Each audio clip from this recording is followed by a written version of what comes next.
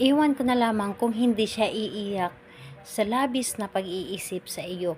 Ibulong mo lamang ito at siya ay maiiyak na lagi kang iniisip, lalo na kapag wala na kayong kontak. Hello mga guys, kumusta kayo? Panibagong araw, panibagong video na naman tayo.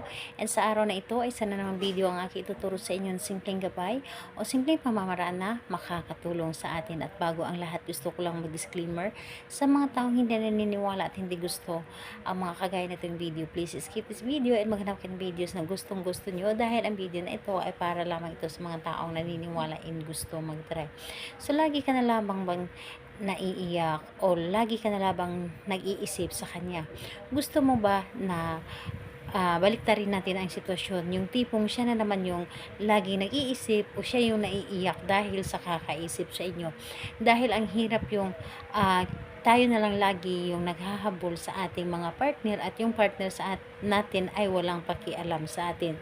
So bakit hindi natin gagawin ang simpleng pamamaraan para sila naman ang magpaparamdam sa atin ng ganito, o sila naman ang makakaramdam ng pag-iiyak, o sila na naman ang makakaramdam ng pag-iisip sa atin. So minsan hindi tayo nakukontak ng ating partner, and dahil nasasanay sila na tayo lang yung laging kumukontak sa kanila at tayo yung laging para bang naghahabol sa kanila.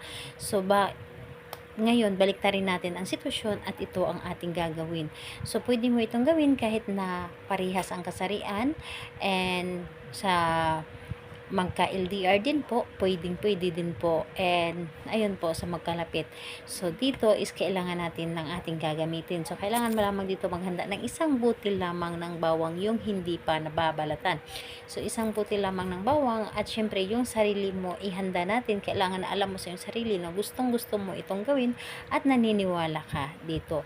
So kapag ready ka na, pwede mo itong umpisahan. So ang gagawin mo lamang dito, so kailangan na i-make sure nyo po sa inyong sarili na wala kayong mga iniisip na problema at wala kayong mga yung tipong walang gumugulo sa inyong isipan. So kapag yun ang nararamdaman ninyo at malakas yung energy ninyo, gawin po ninyo ito.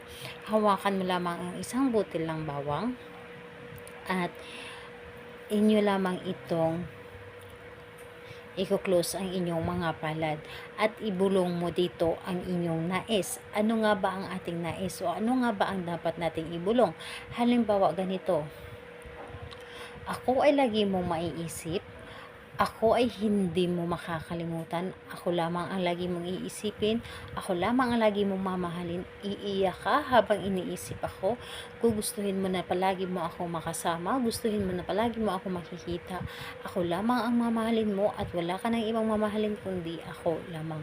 So yung sa mga sasabihin is pwede natin itong dagdagan, depende po sa inyo.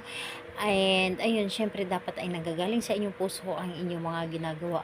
Napaka-epektibo nito basta consistent lamang kayo naggagawa ng mga ganitong ritual sa pag-ibig, ay kayo po ay mamangha sa magiging resulta at magiging masaya kayo sa love life po niyo.